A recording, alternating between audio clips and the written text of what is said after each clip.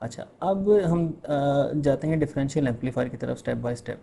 अब अगर देखें, इसमें भी अगर हम नोट करें कि एक टर्मिनल पे हम इनपुट देते थे और दूसरा ग्राउंड किया होता था इन्वर्टिंग में, नॉन इन्वर्टिंग में भी हमने प्लस पे इनपुट दी हुई थी, माइनस वाले को यहाँ से हमने ग्राउंड किया होता।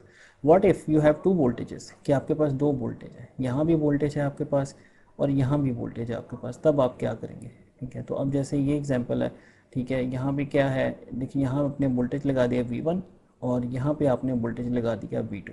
तो V1 आपने लगाया इन्वर्टिंग कॉन्फ़िगरेशन में और V2 के साथ आपने दो रेजिस्टेंस लगाई हैं, एक इस टर्मिनल से ग्राउंड कर दी है और दूसरी सीरीज़ में लगा दी है, सीरीज़ रेजिस्टेंस, और ये ग्राउंड आपने कर दिया, यहाँ शंट कर दी। इसको शंट भी बोलते हैं, शंट करना। पैरेलल पाथ देने का मतलब क्या होता है? शंट करना। यानी R2 जो है वो R1 और V2 के साथ पैरेलल में है, शंट है, तो इसको शंट कहते हैं, शंट। तो शंट की हुई है आपने R2। अच्छा, अब आप क्या करोगे? अब आप इस पर KCL अप्लाई करो। ठीक है, अब आप ये वोल्टेज निकालो कि ये वाला वोल्टेज कितना होगा, जो कि वोल्टेज डिवाइडर रूल से आप निकाल सकते हैं ना, कि R2/R1 plus R2 into V2। ठीक है, वही वोल्टेज आप इधर रख दो।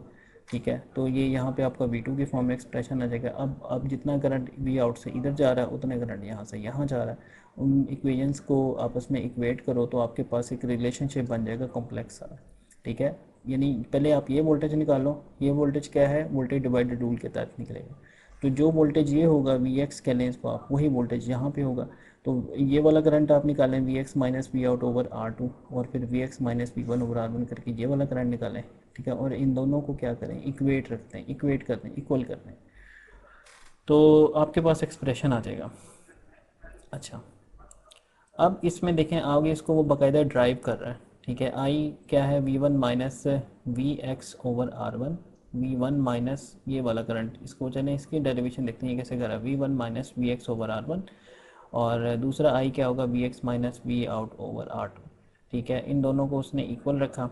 ठीक है, और इक्वल रखने के बाद V1 minus Vx over R1, Vx minus V out over R2। ठीक है, उसके बाद उसने जो है वो फार्मूला निकाला, जो है फार्मूला आगे वो निकाल रहा है वी एक्स की फॉर्म में, V X into one over R two plus one over R one करके। अच्छा, और इसमें फिर जो है फर्दर इसमें सिंप्लीफाई कर रहे हैं कि वी एक्स की जगह देखें वो फर्दर पुट कर रहे हैं R two over R one plus R two into V two, R two over R one plus R two into V to.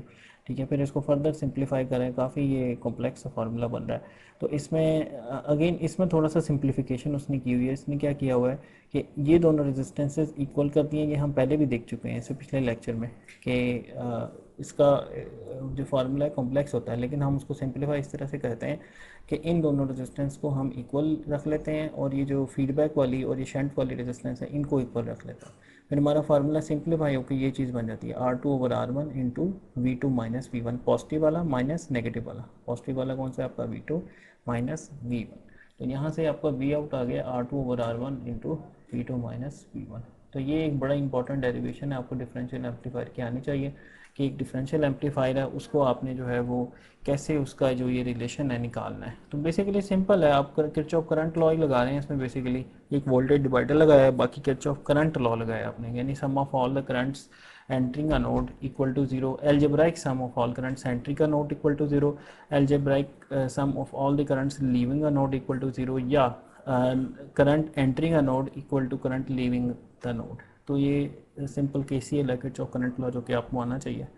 आपकी बेसिक किरचॉफ करंट लॉ और Kirchhoff voltage law, current divider rule, voltage divider rule, nodal analysis, mesh analysis. ठीक है, maximum power transfer theorem.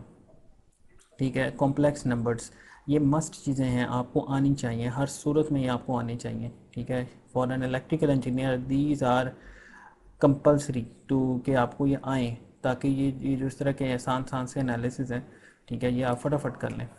ठीक है, तो ये आपको अच्छे तरीके से आनी चाहिए।